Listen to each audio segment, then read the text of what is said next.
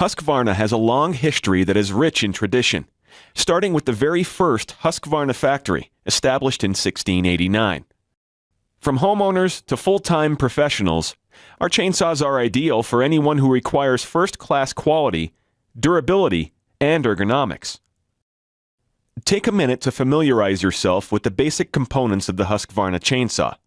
They are the cylinder cover, the starter handle, the air purge, the stop switch, also known as the ignition or on-off switch, the rear handle, the choke control or start throttle lock, the fuel tank, the chain oil tank, the throttle lockout, the decompression valve, the front handguard, the bar and chain, the bumper spike, the chain tensioning screw, the chain catcher, the oil pump adjustment screw, the clutch cover, the throttle control, the combination spanner, the bar guard, the information and warning decal, and the product and serial number plate.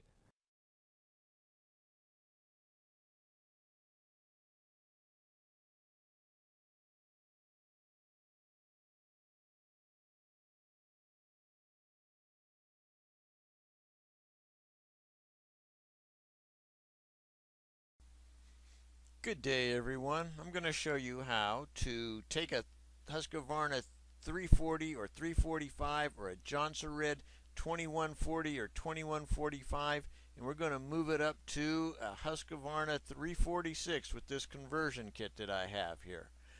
Sit back and have fun. Bye for now. Okay, here we go. We're going to take a Husqvarna 340, 345 or 350, and we're going to switch it over to a Husqvarna 346. We can also do the same with the Johnson Red 2141, the 2145, and the 2150. There's just a little trick to do with the two smaller ones. Okay, we're going to take the 350 adapter block, and we're going to install that onto the engine case. And to do that, you're going to need to remove the cylinder first. So you got to take the gas tank off. You remove these screws right here and you toss them away. I have 4 new screws that'll allow you to screw the adapter block to the engine case. And before you do that, put a little bit of Honda Bond on this joint right here around the bearing cases, and then screw it down. Install the fuel tank again, and then we're going to take these little guys right here that came off of this cylinder. We're not going to use those over again, and you have 4 new screws that'll screw the cylinder to that adapter plate for the 350, and basically we now have a 346 configuration with the new cylinder that I'm sending you. You also get new wrist pin bearings, and you also get a muffler support for the 346 so we don't vibrate the muffler off the higher revving engine. You also get a new partition wall with a metal clamp on it.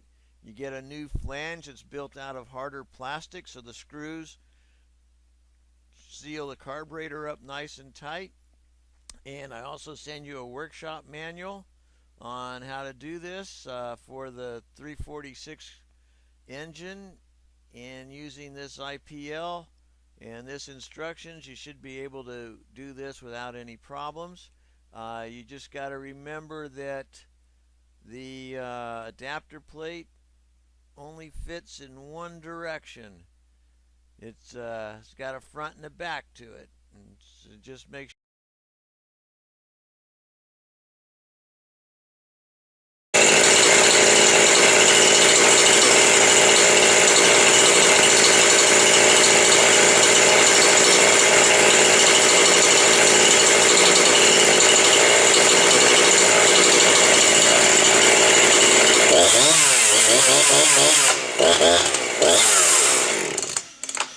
Hello, welcome to Shop Talk.